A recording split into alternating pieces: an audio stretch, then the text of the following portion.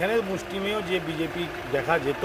সুরতপুর এলাকাতে ত্রাণ সামগ্রী নিয়ে প্লাবিত এলাকার মানুষদের মধ্যে বিলি করলেন কেশপুরের ব্লক তৃণমূলের সভাপতি প্রদ্যুৎ পাজা। রবিবার বিকেলে কয়েকশো মানুষকে শুকনো খাবার, ত্রিপল সহ বিভিন্ন সামগ্রী বিলি করেছেন তিনি। প্রদ্যুৎ পাজা এই দিন জানিয়েছেন, ভোট এলে বিজেপির মতো রাজনীতির নেতারা ভোট নিতে বা স্বার্থ সিদ্ধি করতে হাজির হয়ে যায়।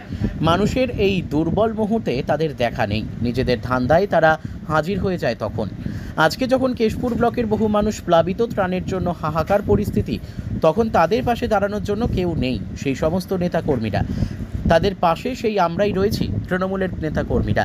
তাই মানুষকে বলবো, এই ধরনের স্বার্থপর বিজেপি ও সিপিআইএমের নেতাকর্মীদের চিনে রাখার জন্য। উল্লেখ করা যায়, কেশপুরের বেশ কয়েকটি অঞ্চল গত 5 দিন ধরে প্লাবিত অবস্থায়। বন্যা পরিস্থিতির উন্নতি হলেও এই এলাকার লোকজন স্বাভাবিক ছন্দে ফিরতে পারেনি। পানীয় জল, খাবার এর সংকট দেখা দিয়েছে। এবার তাদের পাশেই হাজির হলেন কেশপুর ব্লক তৃণমূলের সভাপতি প্রদ্যুৎ পাজা। ব্যুরো রিপোর্ট, সত্যের সন্ধানে কেশপুর।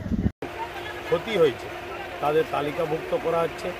আপনারা তো জানেন যে প্রধানমন্ত্রী আবাস যোজনা, বাংলা আবাস যোজনা, যেটা প্রধানমন্ত্রী তার নিজের আবাস যোজনা বলে চালাবার চেষ্টা করেছিল, সেই বাংলা আবাস যোজনায় যদি মানুষ আজকে 11,35,000-এর বেশি মানুষ যদি বাড়ি পেত, তাহলে আজকে হয়তো অনেক মানুষকে গৃহহীন হতে হতো নিয়ে এই বন্যার ফলে। বিজেপি দেখা যেত তারা শুধুমাত্র ভোট পাখি, ভোটের সময় আসে, ভোট পেরিয়ে গেলেই তারা আর তাদেরকে এলাকার মানুষ দেখতে পায় না। আমরা দুঃসময়ে সুসময়ে মানুষের পাশে থেকে মানুষের কাজ করার চেষ্টা করি।